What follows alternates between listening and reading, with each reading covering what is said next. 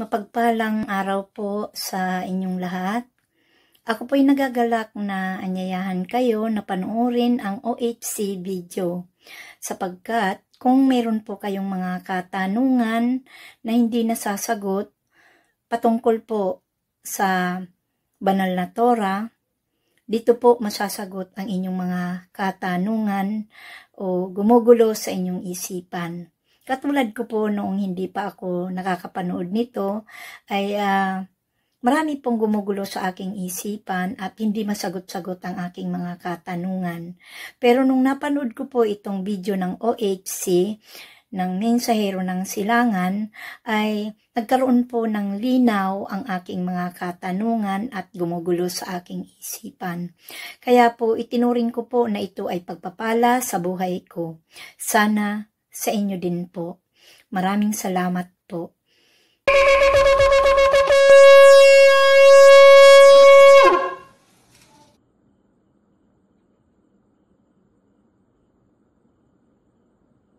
Many will be purified, made spotless and refined, but the wicked will continue to be wicked.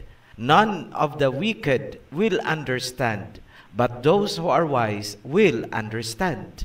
Maraming tao ang magiging walang bahid at dalisay, ngunit ang masasama ay magpapatuloy sa kasamaan. Walang sino mang masamang tao ang bibigyan ng pagkaunawa. Let the one who does wrong continue to do wrong. Let the vile person continue to be vile. Let the one who does right continue to do right. And let the holy person continue to be holy. Hayaan ang masama na magpatuloy sa kanilang kasamaan. Ang matuwid ay magpatuloy sa pagiging matuwid. At ang mga banal ay magpatuloy sa kanilang kabanalan. Daniel and John Revelator, parehong propeta, pareho ang mensaheng isinulat. Ang channel na ito ay para lamang sa mga naghahanap ng kalinawan at nakahandang tanggapin ang katotohanan. Para sa inyong mga patuloy na tumutuligsa sa inihahayag namin, humayo kayo sa mga baluktot ninyong kaisipan. Hahayaan namin kayong patuloy na mamuhay sa mga kasinungalingang doktrina at propaganda na ipinasok ng mga dayuhang sumakop at patuloy na nagpapahirap sa ating bansa.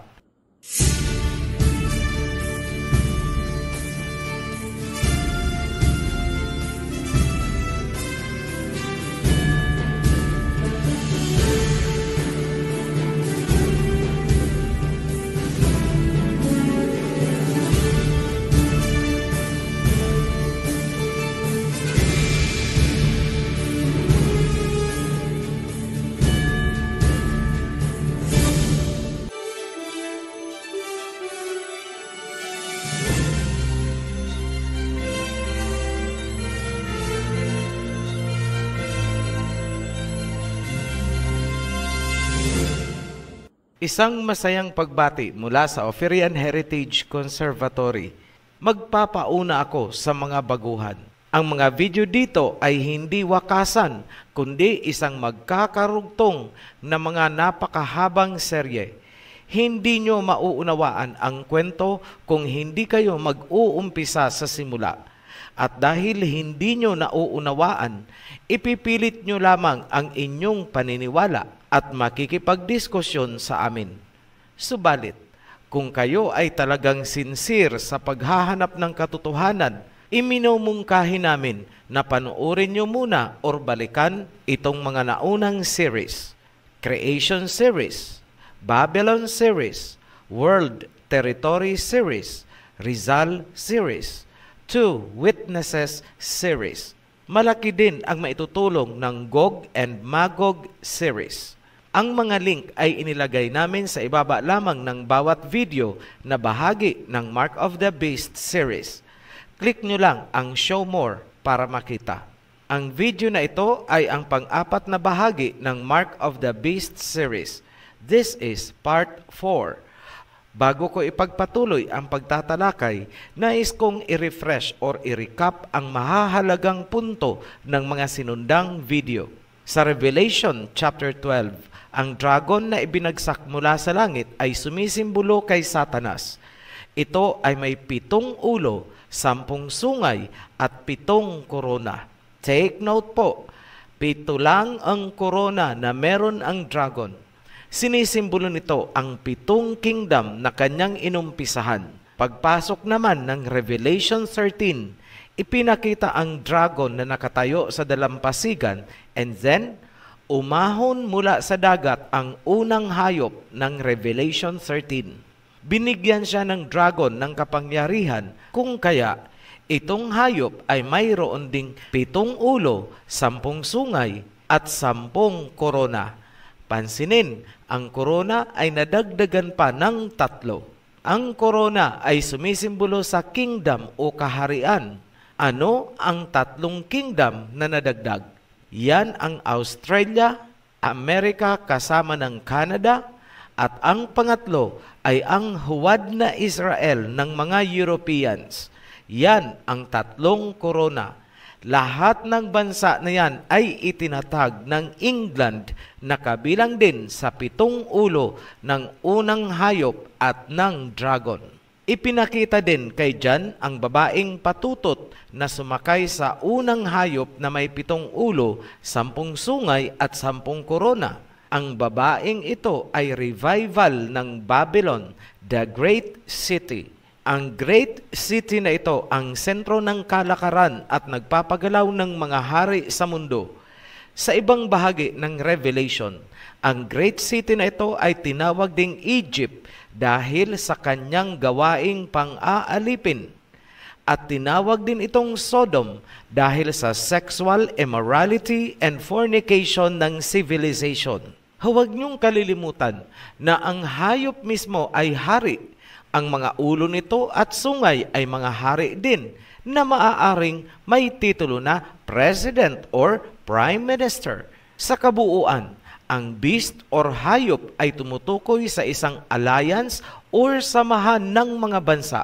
Pinatutunayan lamang nito na ang Book of Revelation ay tungkol sa geopolitics na may kaugnayan sa chosen holy people. Sa pagpapatuloy, kailangan nating iparalel ang mga beasts ng Revelation 13 sa estatwa at mga beasts na ipinakita kay Daniel sa Daniel chapter 2 and chapter 7 respectively. Sa Daniel chapter 2 verse 32 hanggang 35, 5 kingdoms ang inilalarawan sa pamamagitan ng estatwa. Number 1, ang ulo ay ginto. Number 2, dibdib at braso ay silver. Number 3, pusod pababa sa tuhod ay bronze. Number 4, lower leg ay bakal. Number 5, paa at mga daliri na magkahalong bakal at pinatuyong putik. Sa verses 39 to 44, ibinigay ang mga kahulugan. Sinabi na ang ulong ginto ay ang Babylon at may mga susunod pang mga inferior o mahihinang kingdom. Then, isang tapyas na bato mula sa bundok na sumisimbolo sa heavenly kingdom ang tumama sa estatwa at ito ay nawasak. Ngunit ang tapyas na bato ay naging malaking bundok at pinuno nito ang buong mundo. Maraming espekulasyon ang iba't ibang sekta kung alin itong huling kingdom na pababagsakin ng heavenly kingdom. Ang kanilang sinasabi ay, ito daw ang Roma. Mali po, sapagkat ang paa na magkahalong bakal at putik sa panaginip ni Daniel ay isang alliance or samahan ng mga bansa. Hindi lang ito ang Roma. Gaya ng sinabi natin kanina, ang kabuuan ng estatwa mula ulo hanggang paa ay paglalarawan ng 5 kingdom. Ang 4 na kingdom mula ulo hanggang binti ay katumbas ng 4 na beasts sa Daniel 7. Nasusulat sa Daniel 2, ang head of gold ay ang Babylon at ito ang leon na may pakpak sa Daniel 7. Pangalawa, ang silver chest and arms na sinimbolo naman ng bear sa Daniel 7. Ang pangatlo ay bronze na belly and upper leg. Yan ang bahagi ng estatwa mula sa ibaba ng dibdib, pababa hanggang tuhod. Yan ang leopard sa Daniel 7. Ang pang-apat ay ang lower leg or binti na yari sa bakal mula sa tuhod, tuloy-tuloy hanggang dumating sa paa. Ngunit pagdating sa paa, ito ay nahaluan ng clay or pinatuyong putik. Sa Daniel 7, yan ang hayop na may 10 sungay. Hindi mawari ni Daniel kung ano itong hayop, kaya tinawag niyang terrifying or nakakapanghilakbot na hayop. Paano ko nasabi na ang mga binti na bakal ay ang pang-apat na hayop sa Daniel 7? Simple lang. Tingnan nyo ang element na ginamit. Sa Daniel 2, ang binti ay yari sa bakal.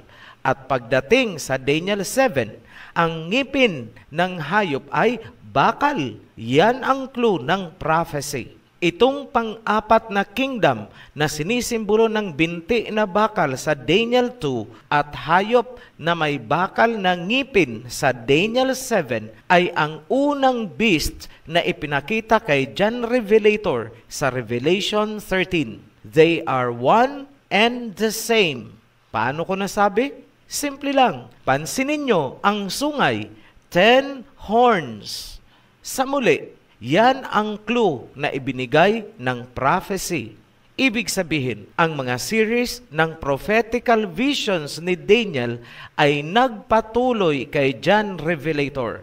Bakit? Sapagkat si Daniel ay sinabihang magpahinga na. Sa makatuwid, ang panglimang hayop na katapat ng paa ng estatwa na yari sa magkahalong bakal at putik ay ang pangalawang beast na ipinakita kay John sa Revelation 13. At ngayon, ituturo ko sa inyo ang hayop na yan sa kasalukuyan nating panahon. Huwag po kayong maniniwala sa mga espekulasyon ng kung ano-anong sekta. Kailangang ma-identify ninyo ng tama kung sino o alin itong clay and iron kingdom sa estatwa. Ito ang pangalawang hayop sa Revelation 13. Kapag hindi nyo yan natukoy, hindi nyo malalaman at maiiwasan ang totoong mark of the beast. Ang clay and iron na paa ng estatwa sa panaginip ni Daniel ay ang pangalawang beast sa Revelation 13 na ipinunla noong April 18, 1951 sa pamamagitan ng Treaty of Paris of 1951. Sa araw na yun, muling nagsama-sama ang France, Italy, West Germany, Belgium, Luxembourg at Netherlands upang itatag ang European Coal and Steel Community.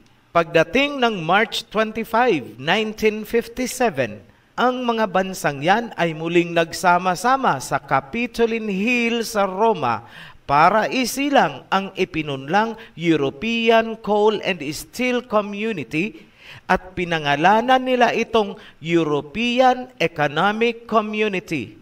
Nilagdaan nila ang Treaty of Rome sa Capitoline Hill. Ang Coal and Steel Community ay naging European Economic Community or EEC.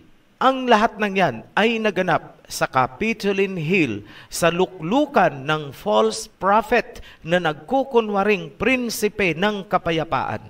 Maliwanag, ang isinilang na kingdom ay may pundasyon na coal and iron. Apparently, ang nakita ni Daniel sa panaginip ay hindi clay, kundi coal. Ngunit, dahil hindi pa alam ang coal sa kanyang kapanahunan, kung kaya clay ang kanyang isinulat. And today, sa ating panahon, itong kingdom ay naging European Union, isang kingdom sa ibabaw ng mga bansa.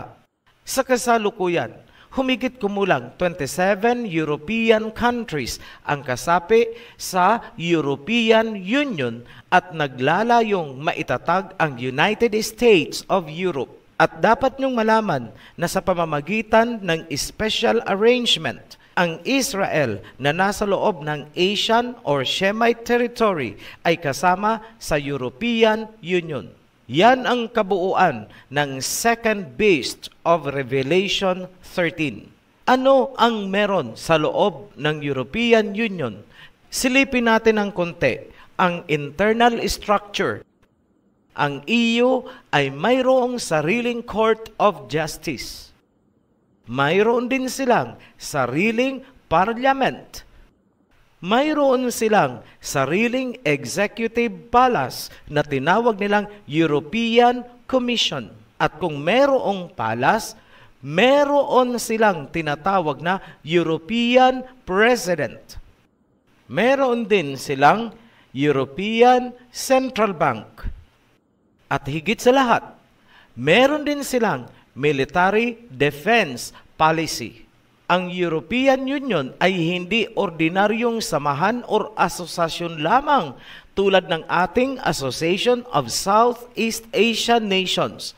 Ito ay isang bansa ng mga bansa sa Europa. Ang EU ay represented sa United Nations bilang isang supranation, a nation in its own right.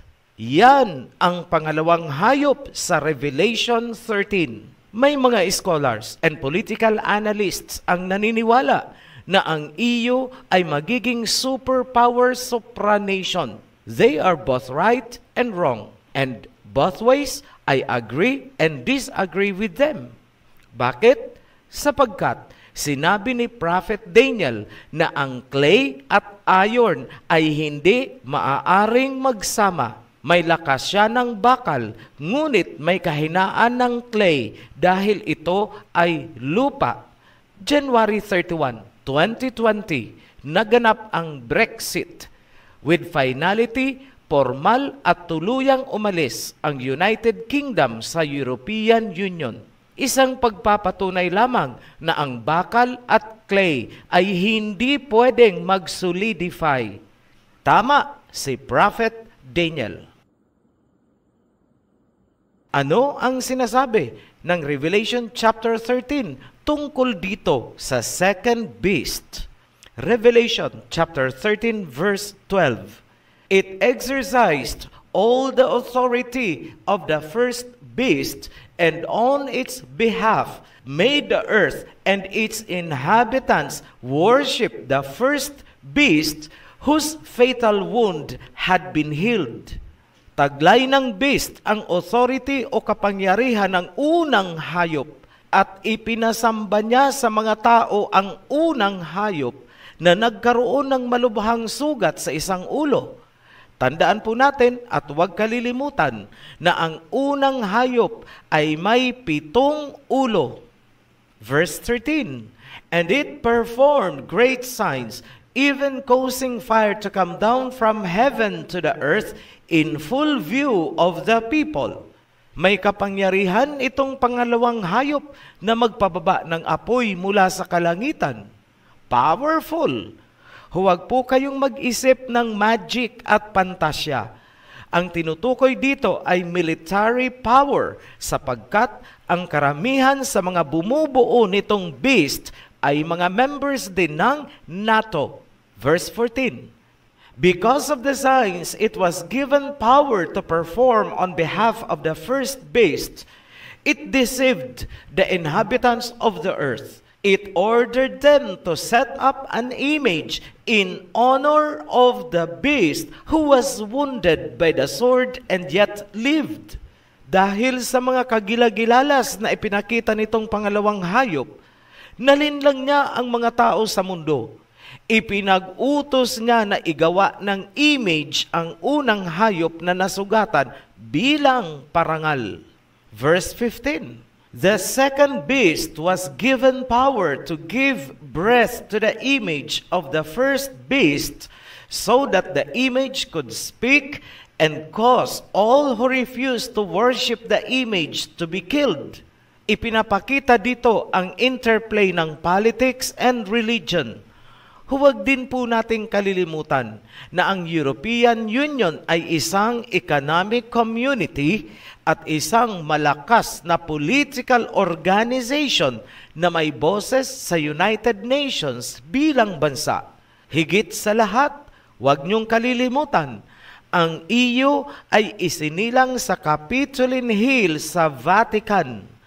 May basbas yan ng Prince of Peace, isang powerful religion, the Roman Catholic Church, ang pinakamuog ng buong Kristendom sa buong mundo. Verse 16, it also forced all people, great and small, rich and poor, free and slave, to receive a mark on their right hands or on their foreheads. At pipersahin nitong hayop ang lahat ng tao sa mundo na tumanggap ng mark of the beast sa kanilang kanang kamay o dili kaya sa kanilang noo, kung kaya't hindi sila makakabili o makakapagbenta, liban na lang kung tinanggap nila ang marka. Verse 17, so that they could not buy or sell unless they had the mark, which is the name of the beast or the number of its name. Verse 18, this calls for wisdom. Let the person who has insight calculate the number of the beast, for it is the number of a man. That number is 666. Ayon sa pagkakasalin ng Bible, ang marka ay number 1, ang pangalan ng hayop. Number 2, numero ng pangalan ng hayop. Number 3, numero ng tao, at ito daw ay 666. Hindi nyo ba napapansin? Ang malaking panlilinlang na ginawa sa mga tao sa pamamagitan ng pagtamper sa totoong nilalaman ng Biblia?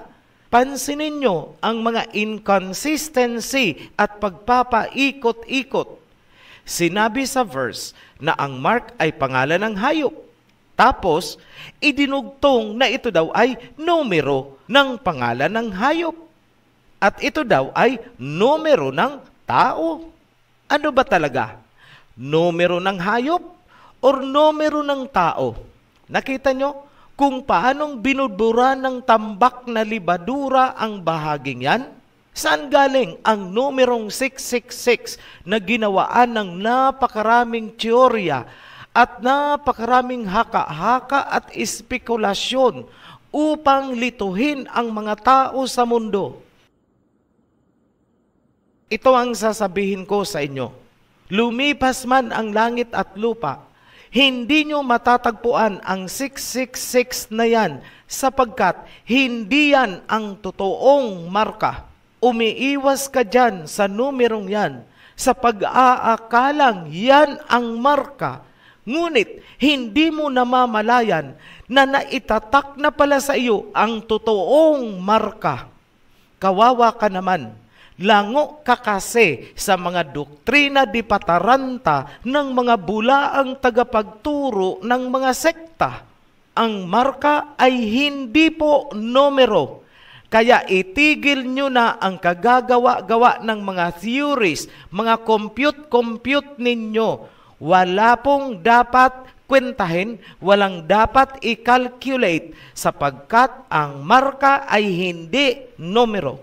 Kailangan nyo lang titigan at madali mo itong makikilala kung inunawa nyo lang sana ng mabuti ang Creation series at ang Babylon series.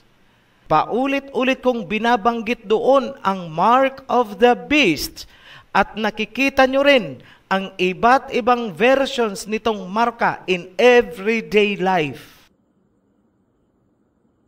Ipagpaumanhin ninyo sapagkat hindi ko mapapagkasya ang karugtong alinsunod sa pagkakaplano.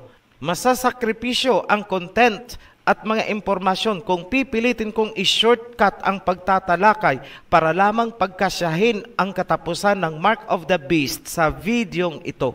Habang kayo ay naghihintay ng karugtong, mariin kong ipinapayo na tapusin nyo or balikan nyong panuorin ang Creation series, Babylon series, at pagtuunan niyong mabuti, unawain niyong mabuti ang nilalaman ng isang video sa Babylon series na pinamagatan kong Ahas nga ba ang itinaas ni Moses? Inilagay namin ang mga link sa ibaba lamang nitong video.